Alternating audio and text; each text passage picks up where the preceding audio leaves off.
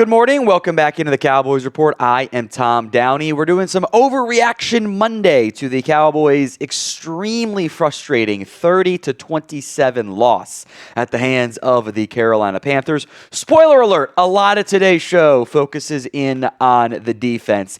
If you want the Cowboys defense to stop sucking and stop finding new, annoyingly creative ways to be bad on that side of the football, show it by liking today's video, please, and thank you. Let's get to overreaction number one. It is time for the Dallas Cowboys to fire Matt Eberflus. This is not an overreaction. Come on, man. This is so bad on this side of the ball. We'll go more in depth on it on this afternoon show. This reminds me of the Mike Nolan defense. I'm over this. I don't have the patience anymore. I'm an old man with 2 kids. I don't have the patience to deal with this crap anymore. It's not working. Whatever Eberflus is trying to do, not sure the players agree with it. I think pretty clearly they don't agree with it there. And it's just a failure. Left and right. It's all kinds of bad. I honestly don't know who your short-term replacement is. Maybe it's just Aaron Whitecotton. We'll do a short-term, long-term replacement video this week as well. I honestly don't care anymore. It's reached the point of if it's worse, can it actually be? I don't know anymore. Do something. Change something up because just doing the same thing over and over again isn't going to work. A lot of valid consternation given to the 4th and 3rd defensive play call. Everyone points out DaRon Bland playing off coverage. I mentioned this in the moment. I mentioned it in our postgame show too. Nick Harris confirming. You're asking your inside linebacker standing up there over the guard, Kenneth Murray, to cover the flat on the opposite side. But he's also supposed to be aware of a potential slant on the inside, near side, and that nickel on the trip side. So Bland is playing off like he's supposed to do, because that's how he's coached to do. And you're also asking your linebacker to get all the way across the formation and cover it off. That's probably asking too much of Kenneth Murray. That's a scheme failure. That's what that is. If that's going to be your plan to bait him into the slant, he's got to fly over there quickly. I don't know if Kenneth Murray's going to do that. I don't know why he hesitated. I think it's because he does have, inside coverage responsibilities as well. That's asking too much.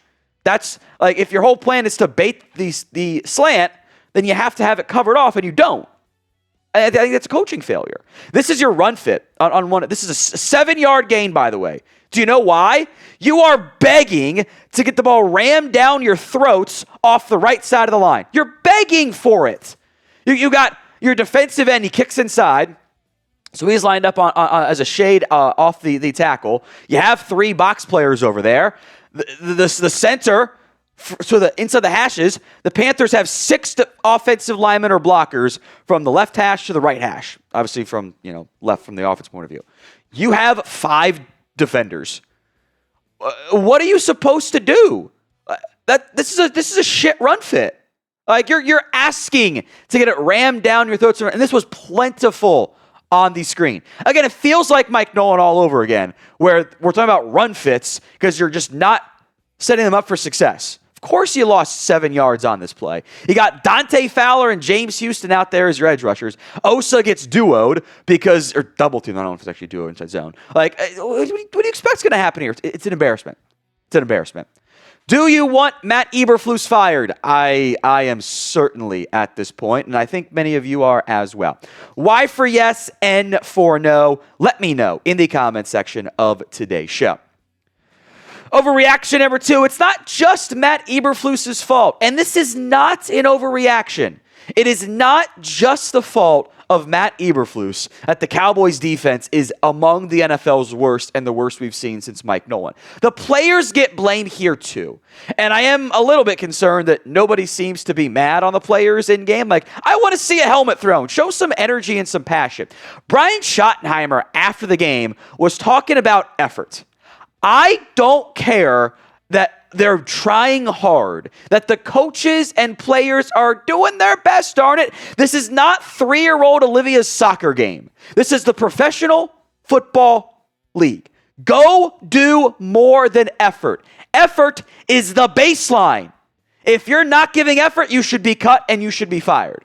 It is the minimum that should be expected out of you as professional football players and professional coaches. I don't care about effort. You start talking about, oh, we're trying hard, it means you just suck. That's what that means. I need more than effort. I need results, and they are lacking in every single phase on the defensive side of the ball right now. Oh, by the way, the front office gets blamed too. Happy birthday, Jerry Jones. This is on you too. Because they can lie all they want. Their plan was not to let Matt Eberflus design a defense for months on end based on one of the top 5 players in football and then, trade him away at the last thing. That was not the plan going in. Now, it's a failure of Eberflus to not set it up. But this falls on the shoulders of Jerry Jones, too. He hired Matt Eberflus. Let's be honest. Come on. You announce Schottenheimer and then you announce Eberflus, leak it the same day? Come on. That was a front office hire. You built the roster defensively. You're the GM. You shoulder all of this in the end. The buck stops with you. Jerry Jones wants to get up there in his pregame radio show, which nobody else does in football, and make a joke about, our defenders are scared to even show up against Rico Dowdle. Then they rammed it down your throats, and then you don't talk postgame. Pick one, Jerry. You're soft.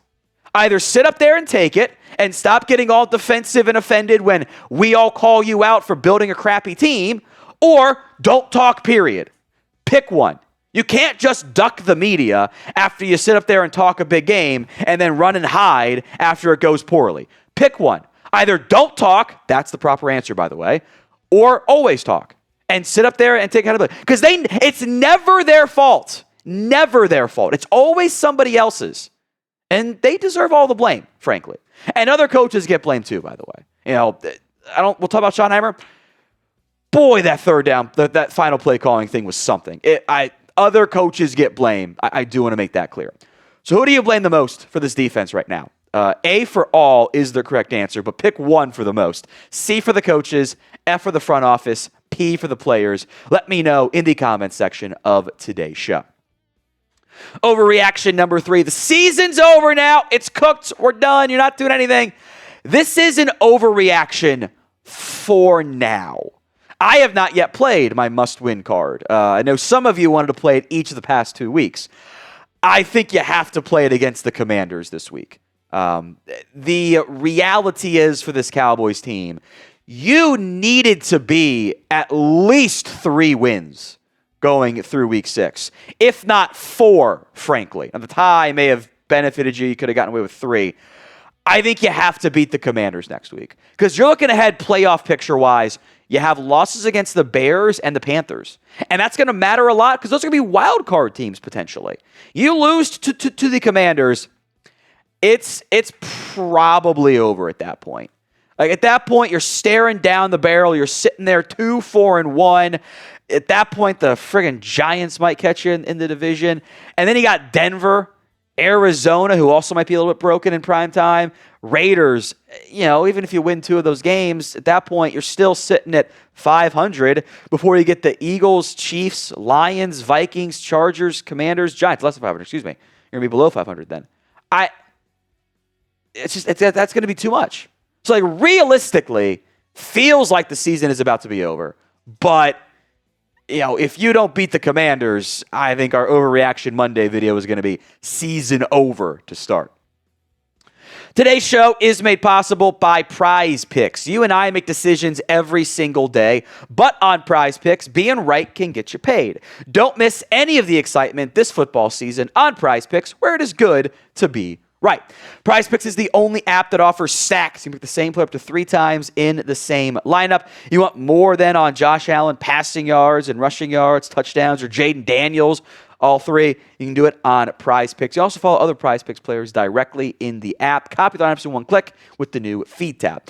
Both Monday Night Football games, a little 2 for Prize Picks slates. You can do 2, each game individually. Combine them, do the flex play so you can get one wrong and still cash out. Bijan more than 15.5 rushing attempts. Keon Coleman less than 39.5 receiving yards. I'm curious if he's in the doghouse a little bit still. Caleb Williams, half interception, so 1. And Ja'Cory Krosky-Merritt, anytime TD. Go download the Prize Picks app today and use code CLNS to get $50 in lineups after you play your first $5 lineup. That's code CLNS to get $50 in lineups after you play your first $5 lineup. Links in the comments section and the description of today's show. Prize Picks, it's good to be right. Overreaction number 4, you got to buy at the deadline.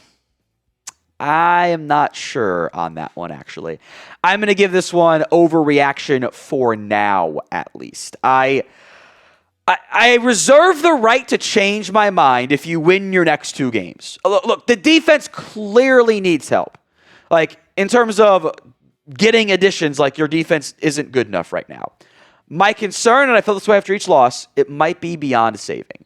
Because you're asking your offense to have the perfect game to even give you a chance to win. Or at least a near perfect game to give you a chance to win. I think the defense might be beyond saving, at least at a cost that makes sense. You start flipping your first and second and future 3s and 2s and 1s, you can get good players back. Like, you start overpaying, you can get guys at the deadline. I think it is reasonable to go, should you overpay, though? That might not be a good idea. So check back again in 2 weeks. Let's see how things play out against the Commanders, see how things play out against the Broncos. By that time, we will know if this team is a buyer or if they are a seller. And we will have more videos for you right here on the channel. Still going to do 2 videos a day on the Cowboys Report. So if you just love the Cowboys and you want them to have better success, we will be here no matter what. Hit that sub button right now. Overreaction number 5. Brian Schottenheimer struggled. And I think this is a valid reaction. I thought early on, didn't like it. Valid reaction for me in terms of the Schottenheimer struggling side. I went back and watched it because I hate myself and I'm a masochist and I can't resist. The final 3 offensive play calls were unbelievably stupid. I know it's results-based, acknowledging that. I said in the moment, it felt like they were all designed swings and screens. They were. The first one was an obvious throwback screen. They lose 5 yards.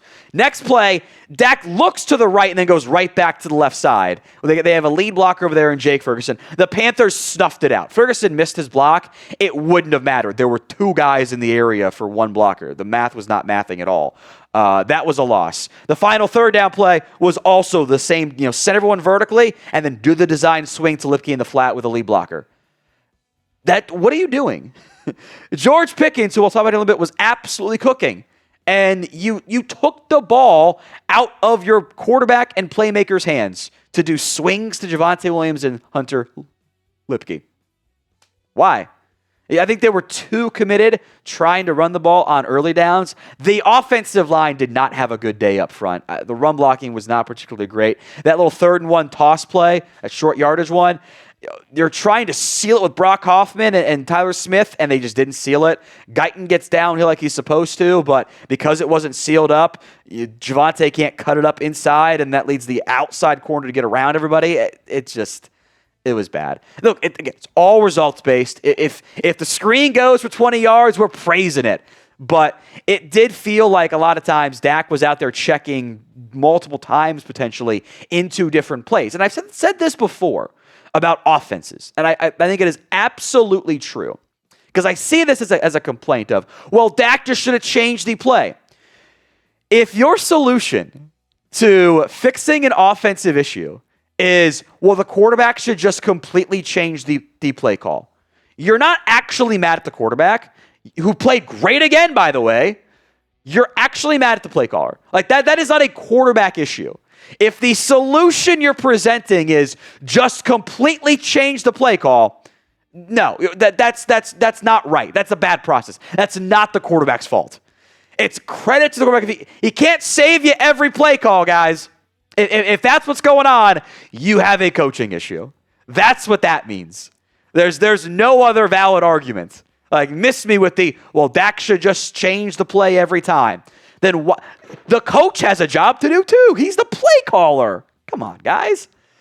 Final overreaction, I was very impressed by George Pickens. Which, again, why you didn't call a play for George Pickens on one point on that final drive blows my mind. Like, just keep throwing it to him. It's working. Proper reaction. I think Pickens is playing some great ball right now.